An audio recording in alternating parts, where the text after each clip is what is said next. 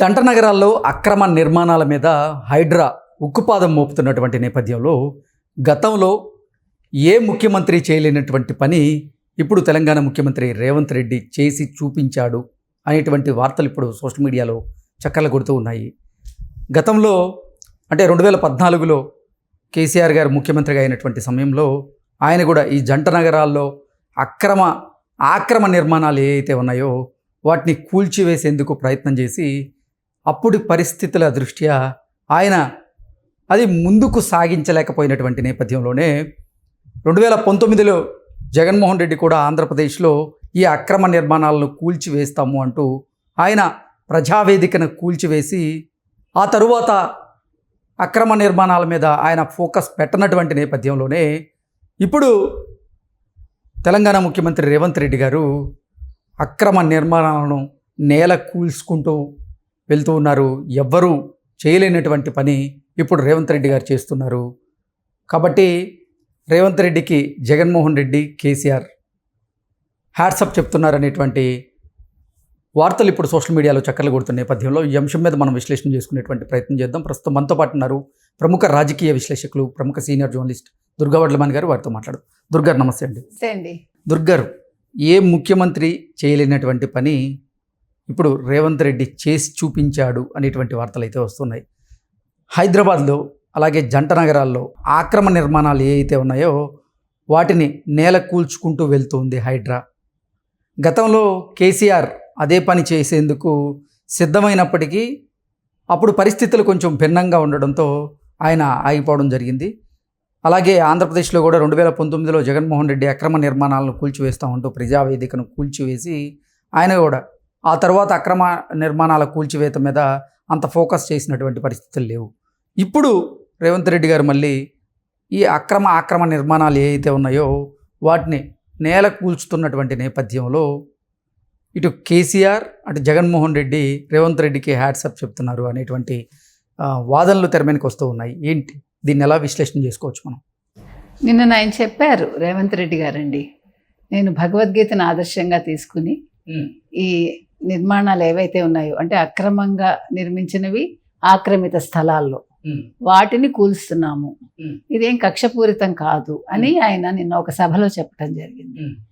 ధర్మయుద్ధం అంటారు చూడండి, అంటే ధర్మపరంగా నేను చేస్తున్నాను, ధర్మయుతంగా నేను చేస్తున్నాను అన్నది ఆయన చెప్పిన మాట. ఇది ఎవరైనా ఆహ్వానించదగ్గ అంశం. ఇప్పుడు చాలా మంది కూడా నెటిజన్స్ కావచ్చు, లేదు ప్రజలు కావచ్చు, దీన్ని నిజంగా ఆహ్వానించారండి. మీరు చేసింది మంచి పనే అంటున్నారు, ఎవరు కూడా ఎందుకు చేశారో అని అంటల్లా, మీరు చూడండి కావాలంటే. అంటే మనకి దీనివల్ల ఏమవుతోంది, ఇలా వీళ్ళు ఆక్రమించేసుకుని చెరువులు కుంటలు కావచ్చు వీళ్ళు నిర్మించేసి అక్కడ పెద్ద పెద్ద భవనాలు కావచ్చు. ఇప్పుడు కన్వెన్షన్ అంటే కొన్ని వేల మంది అక్కడికి వచ్చి వాళ్ళు అంటే ఒక ఏదైనా వేడుక జరిగితే అక్కడ ఉండడానికి అవకాశం ఉంటుంది కదా, వచ్చి వాళ్ళు తింటాం కావచ్చు అన్నీ కూడా. దానివల్ల ఆ నీరంతా ఎక్కడికి వెళ్తుందండి, ఆ పనికిమాల నీళ్ళని మళ్ళా జలాశయాల్లోకి వెళ్ళిపోతుంది. అది ఎవరు నష్టపోతున్నారు? ప్రజలు నష్టపోతున్నారు. ఈ మురికి నీరు మంచినీళ్ళలో చేరటం వల్ల దానివల్ల ఆరోగ్యాలు దెబ్బతింటున్నాయి. అంతేకాకుండా ఇక్కడనే కాదు, ఇప్పుడు నాళాల మీద ఇల్లు కట్టేసి ఎక్కడ పడితే అక్కడ కట్టేసి ఇప్పుడు అదే కదా అసలు జంట నగరాలతో పాటుగా రాష్ట్ర వ్యాప్తంగా కూడా చెరువులు కుంటలు కబ్జా అయ్యాయి అంటూ కూడా చాలామంది డిమాండ్ చేస్తున్నారు హైడ్రాని, అంటే రాష్ట్ర వ్యాప్తంగా హైడ్రాని అమలు చేయమని. సో అసలు ఈ జంట నగరాల్లో ఉన్నటువంటి చెరువులు కుంటలు కూడా గతంతో పోలిస్తే ఇప్పుడు అసలు కనుమరుగయ్యేటువంటి పరిస్థితి కనపడుతున్నటువంటి నేపథ్యంలోనే వాటిని అంటే ప్రభుత్వ భూముల్ని, ప్రభుత్వ ఆస్తుల్ని పరిరక్షించుకోవడం కోసమే తెలంగాణ ప్రభుత్వం హైడ్రాని తీసుకొచ్చింది. ఇప్పుడు ఈ హైడ్రా రాజకీయ ఒత్తిళ్లకు తలగ్గకుండా ఎవరి అక్రమ నిర్మాణమైనా సరే దాన్ని కూల్చివేసేటువంటి ప్రక్రియ ప్రారంభించింది. అందులో భాగంగానే మనం చూసాం ప్రముఖ సెలబ్రిటీలకు సంబంధించినటువంటి ఆస్తులను కూడా నేలగూల్చినటువంటి పరిస్థితులని. సో అసలు ఎవరు చేయలేంది ఇప్పుడు రేవంత్ రెడ్డి గారు ఎలా చేయగలుగుతున్నారు అనేది ఇక్కడ ముందు ఒక్క పాయింట్ చెప్పుకున్నాక దాంట్లోకి వద్దామండి. ఇప్పుడు 56 చెరువులు కావచ్చు, కుంటలు కావచ్చు మొత్తం కబ్జా అయిపోయాయి. శాటిలైట్ చిత్రాల ఆధారంగా వాళ్ళు గుర్తించారు. అంతేకాకుండా ఇప్పుడు ఒక చిన్న వర్షం పడితే హైదరాబాద్ ఎందుకు అతలాకుతలం అయిపోతుందండి? ఎందుకు ప్రజలు ఇంత ఇబ్బందులు పడుతున్నారు? ఎందుకు నీళ్ళు ఇంత నిలిచిపోతున్నాయి? ఇవన్నీ కూడా ప్రజా తప్పిదాలే. అది నాయకులు కావచ్చు, సామాన్య ప్రజానీకం కావచ్చు. ఇప్పుడు నాయకులు అయితే పెద్ద పెద్ద భవనాలు కట్టేస్తున్నారు. సామాన్య ప్రజానీకం ఉండడానికి ఏదో ఒక చిన్న గుడిసె వేసేసుకుని ఒక చిన్న అట్లా స్టార్ట్ చేసి ఒక చిన్న ఇల్లు కట్టేసుకుని ఆ నాళాల మీద కట్టడం లేకపోతే మరొకటి చేయడం, వాళ్ళనే కాదు అందరూ కూడా. దానివల్ల మనకి ఇబ్బందులు ఎదురవుతున్నాయి. వర్షాలు పడ్డప్పుడల్లా కొంతమంది చచ్చిపోతున్నారు నాళాల్లో పడి. ప్లస్ ఈ నీళ్ళంతా ఇళ్లలోకి వచ్చేస్తున్నాయి. ఇప్పుడు పెద్ద పెద్ద ఏమనాలి డూప్లెక్స్లు కావచ్చు లేకపోతే విల్లాలు కావచ్చు, అన్నీ ఎందుకు మునిగిపోతున్నాయండి? అవన్నీ చెరువుల ప్రాంతాలే కదా, అవి దిగిపోతాయి కొన్ని రోజులు అయ్యాక. అందుకని ఇప్పుడు ఇది దృష్టిలో పెట్టుకుని ఈరోజు రేవంత్ రెడ్డి ఈ పని మొదలుపెట్టారు. 2014లోనే ఈ జంట నగరాల్లో ఉన్నటువంటి అక్రమ నిర్మాణాలను కూల్చివేసేందుకు అప్పుడు టీఆర్ఎస్ ప్రభుత్వం ప్రయత్నం చేసి విఫలమైంది. విఫలం అవడానికి కారణం ఏంటి అంటే అప్పుడు పరిస్థితుల, ఎందుకంటే అప్పుడే కొత్త రాష్ట్రం ఏర్పడినటువంటి నేపథ్యంలో ఈ అక్రమ నిర్మాణాలను కూల్చివేస్తే ఇక్కడ రియల్ ఎస్టేట్ రంగం ఎక్కడ కుదేలవుతుందనో, అలాగే ఆంధ్రాకి సంబంధించినటువంటి కొంతమంది కాంట్రాక్ట్లు ఎవరైతే ఉన్నారో వారికి సంబంధించినటువంటి భవనాలు ఇక్కడ ఉండడం అన, లేకపోతే ఆంధ్ర వాళ్ళ నిర్మాణాలు ఎక్కువగా కూల్చివేతకు గురైతే మళ్ళీ ఆక్రోశాలు వచ్చేటువంటి ప్రమాదం ఉందని గ్రహించి అది ముందడుగు వేయలేదా? అసలు ఎందుకు కేసీఆర్ గతంలో విఫలమయ్యారంటే ఏం చెప్తారు?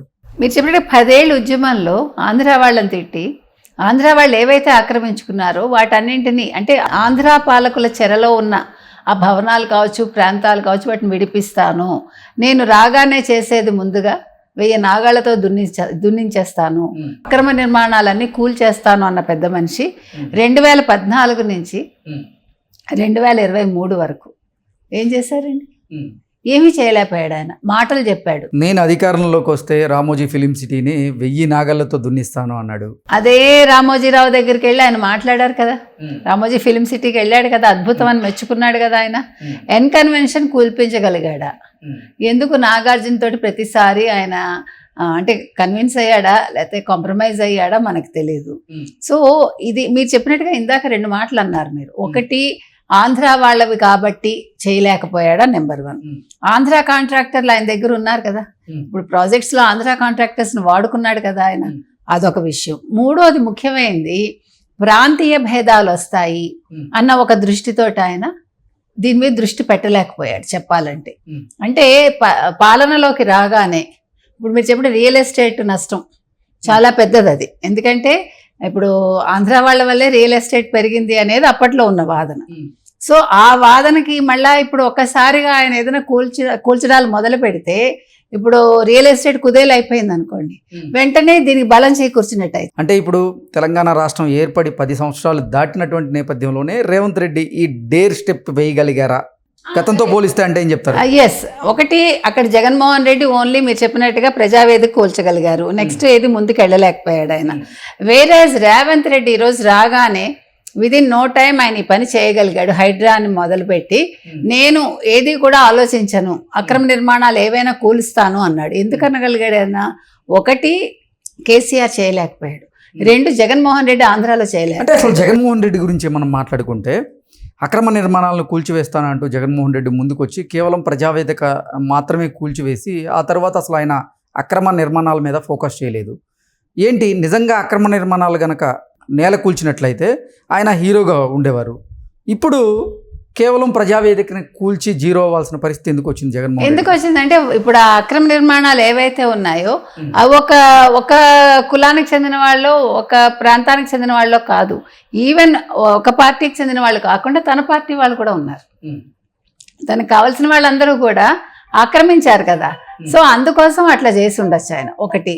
రెండోది, రేవంత్ రెడ్డి విషయానికి వచ్చేసి 10 ఏళ్ళు అయిపోయింది. ఇప్పుడు తెలంగాణ ప్రత్యేక రాష్ట్రం అయిపోయింది. ఇప్పుడు ఉమ్మడి రాజధాని కాదు హైదరాబాద్. సో ఇప్పుడు ప్రాంతీయ విభేదాలు కానీ లేకపోతే వీళ్ళు తెలుగు వాళ్ళు వీళ్ళు ఆంధ్ర వాళ్ళు అనే ఒక భేదం లేదు. ఈ రోజు నాగార్జునది కూల్చినందుకు అందరూ హర్షిస్తున్నారు, ఇర్రెస్పెక్టివ్ ఆఫ్ ప్రాంతం. అతను నాగార్జున ఎవరికి సంబంధించిన వాడు కాదు. ఆయన ఎక్కడ పుట్టారో మనకు తెలియదు కానీ మద్రాసు నుంచి ఆయన. నాగార్జునది కూల్చినందుకు హర్షించడం లేదు కానీ అక్రమ నిర్మాణం కూల్చినందుకు హర్షిస్తున్నారు. డెఫినెట్గా అది నాగార్జునదా ఎక్స్దా వైదా కాదండి. మనం మాట్లాడుకునేది ప్రాంతం కోసం నాగార్జున పేరు తీసుకొచ్చాను తప్ప ఈ రోజు నాగార్జున ఎన్ కన్వెన్షనా లేకపోతే మరొకళ్ళు ప్రీతం రెడ్డిదా ఇది కాదు మనం మాట్లాడేది. ఇప్పుడు కన్వెన్షన్ కూల్చడం అనేది చాలా ముదావహం అని ప్రతి ఒక్కళ్ళు చెప్తున్నారు, అందులో సందేహం లేదు. అలాగే మీరు అన్నీ కూడా అక్రమాలు అన్నీ కూడా అక్రమ కట్టడాలు అన్నీ కూల్చేయండి అని ప్రజలు అడుగుతున్నారు. కాబట్టి దూకుడుగా వెళ్లాల్సిన అవసరం ఎంతైనా ఉంది రేవంత్ రెడ్డికి. దానివల్ల ఇవాళ ప్రజలు అనుకోవచ్చు, తిట్టుకోవచ్చు ఒక వర్గం, కానీ రేపొద్దున హైదరాబాద్ సవ్యంగా అయ్యాక ఈ వర్షాకాలంలో ప్రజలు ఎప్పుడైతే ఇబ్బంది పడరో అప్పుడు తప్పకుండా రేవంత్ రెడ్డి నిజమైన హీరో అని వాళ్లే ఒప్పుకుంటారు. అదేవిధంగా ఇష్టం ఉన్నా లేకపోయినా కేసీఆర్ కావచ్చు, అంటే బీఆర్ఎస్ కావచ్చు, అక్కడ జగన్మోహన్ రెడ్డి వైఎస్ఆర్సీపీ వాళ్ళు కూడా మెచ్చుకుని తీరాలి, ఎస్ రేవంత్ రెడ్డి నిజమైన హీరో అని. ఓకే, అంటే హ్యాట్స్ ఆఫ్ చెప్పి తీరాల్సింది. హ్యాట్స్ ఆఫ్ చెప్పి తీరాలి ఎవరైనా సరే.